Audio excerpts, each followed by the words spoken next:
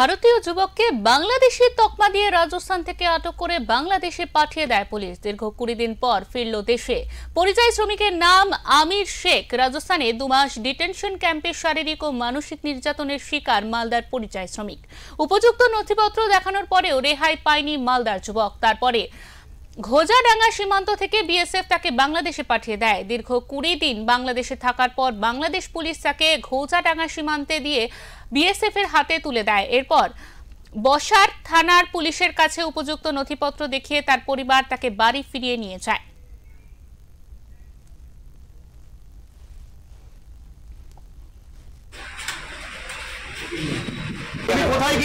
আমি রাজস্থান গিয়েছিলাম, রাজস্থান কাজে গিয়েছিলাম। রাজস্থান কাজে যাওয়ার পর আমাকে বিএসএফের হাতে তুলে দিয়েছিল। আমাকে 2 মাস জেল খাটতে হলো ওখানে রাজস্থানে। কেন জেল খাটলে? বলছে বাংলাদেশি বলে আমাকে জেলে দিয়েছিল। জেলে দেওয়ার পর আমাকে বিএসএফের হাতে দিল। বিএসএফ আমাকে কুচব্যাক করে দিয়েছে। কোথায় পাঠিয়েছিল তোমাকে? কারা পাঠিয়েছিল? হ্যাঁ, তোমাকে জেলের থেকে কোথায় পাঠিয়েছিল? বাংলাদেশে আমাকে এখানে বর্ডারে দিয়েছিল। তোমার বাড়ি থেকে তো পরিবার তো নথিপত্র পাঠানো সেখানে। তারপরে বাংলাদেশে আমাকে এখানে রাজস্থানে কি মাথা কথা ঠিক নেই এখন দাদা। ঠিক আছে, তোমাকে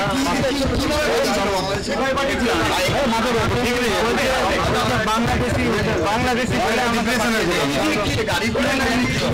এলেপেনে নিয়ে এসে কলকাতা থেকে নিয়ে আমাকে বাসে করে আমাকে বেসে হাতে দিয়েছে। বেসে আমাকে কুচব্যাক করে দিয়েছে।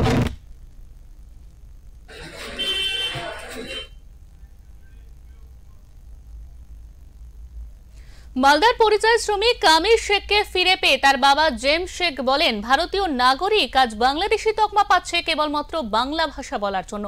নির্যাতনের শিকার আমার ছেলে।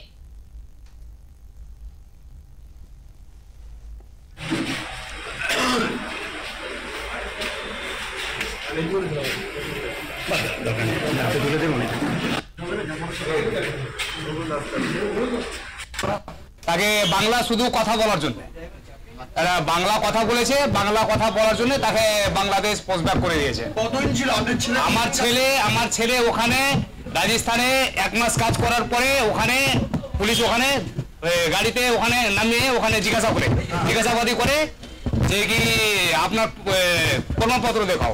সে আমার ছেলে আধার কার্ড দেখিয়েছে, জন্ম সার্টিফিকেট দেখিয়েছে। দেখানোর পরও বলছে কিনা এটা বাংলাদেশে আছে। হ্যাঁ, ভারতের দেখিয়ে প্রমাণপত্র দেখিয়েছে, বলছে বাংলাদেশে আছে। এই বলে আমার ছেলেকে ওখানে 2 মাস ডিটেলস ক্যাম্পে ওখানে ঠেলে দিয়েছিল। ডিটেলস ক্যাম্পে যখন ঠেলে দেওয়া হয় আমাদের সঙ্গে কোনো যোগাযোগ নেই।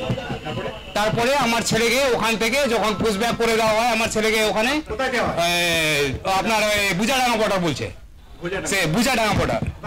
হ্যাঁ, ওখান থেকে বাংলাদেশে ওখানকার দিয়েছে, বাংলাদেশে ওই পারে করে দিয়েছে বিএসএফ, এখানকার বিএসএফ। হ্যাঁ, মারধর করে ওপারে করে দিয়েছে। করার পরে ওখানে পোস্টব্যাক করার পরে আমার ছেলে সোশ্যাল মিডিয়াতে কান্নাকাটি করছে। আমরা দেখছি যে আমার ছেলেটা কান্নাকাটি করছে, সেখানে না খেয়ে পড়ে আছে, সে কান্নাকাটি করছে।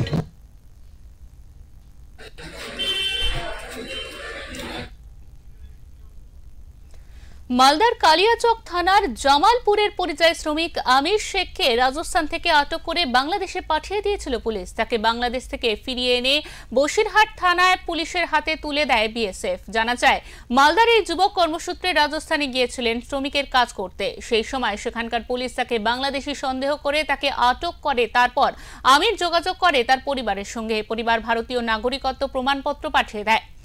রাজস্থান পুলিশ তারপরেও মানতে চায়নি। তারপর তাকে বাংলাদেশে পাঠিয়ে দেওয়া হয়। বাংলাদেশে যাওয়ার পর সেখানে এক যুবকের মোবাইলে ভিডিও কলে একটি বার্তা পোস্ট করে সোশ্যাল মিডিয়ায়। তারপরে তোলপাড় সারা মহলে। অবশেষে সেই যুবককে ফিরে পেল তার পরিবার। বসিরহাট থানার পুলিশ আমির শেখ এর প্রয়োজনীয় নথিপত্র খতিয়ে দেখার পর তার পরিবারের হাতে তুলে দিয়েছে তাকে।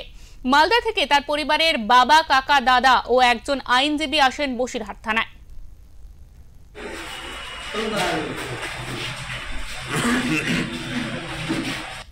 কাজ করতে গিয়ে এবং হেনস্থার শিকার হয় তাহলে আমাদের কিছু বলার থাকে না। ওখানে উনি কি কাজ করতেন? উনি কনস্ট্রাকশন লেবার ছিলেন। হ্যাঁ, তারপরে কি করেছিল ওখানে? ওকে রাজস্থান পুলিশ ওকে অ্যারেস্ট করে ওকে বাংলাদেশ পাচার করে দেয় বিএসএফ এর মাধ্যমে। তারপরে কি করে ও বিএস কর্পাস ফাইল করে ওকে নিয়ে আসে।